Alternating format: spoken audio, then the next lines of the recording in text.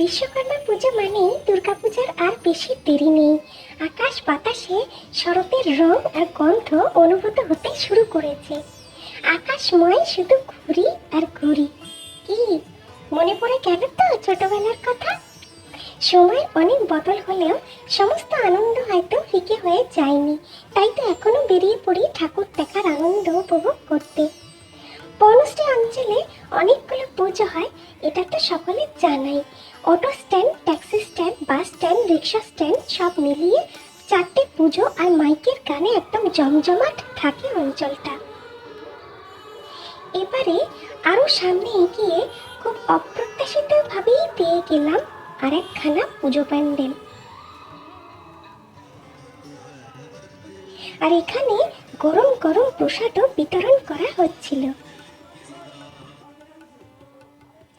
ভগবানের দর্শন শেষে এলাম অপেক্ষাকৃত নতুন একখানা মিষ্টির দোকানে, যেখানে গরম গরম অমৃতি ভাজা হচ্ছিল।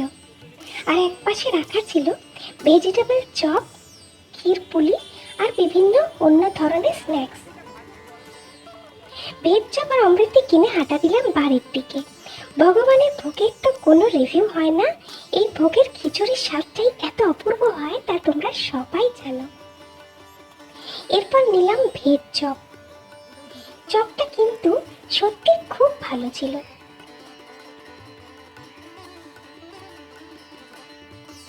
বিট গাজরের এই স্টাফিংটার মধ্যে বাদাম, ছোলা, মটরশুঁটি এই সবের কোনো অভাব ছিল না।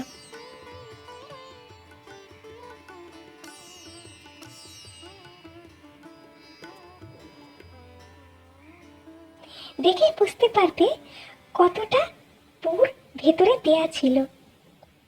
আর কোটিংটা কিন্তু ছিল খুব পাতলা।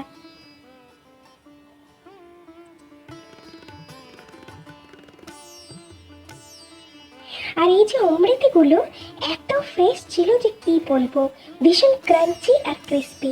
নতুন এই ভাগ্যলক্ষ্মী মিষ্টান্ন ভান্ডার থেকে আবার কিছু কিনে খাওয়ার ইচ্ছা রইল। এই ছোট ছোট খাওয়া, ছোট ছোট আনন্দগুলোই জীবনের খাতার পাতায় সোনার অক্ষরে লেখা হয়ে থাকুক।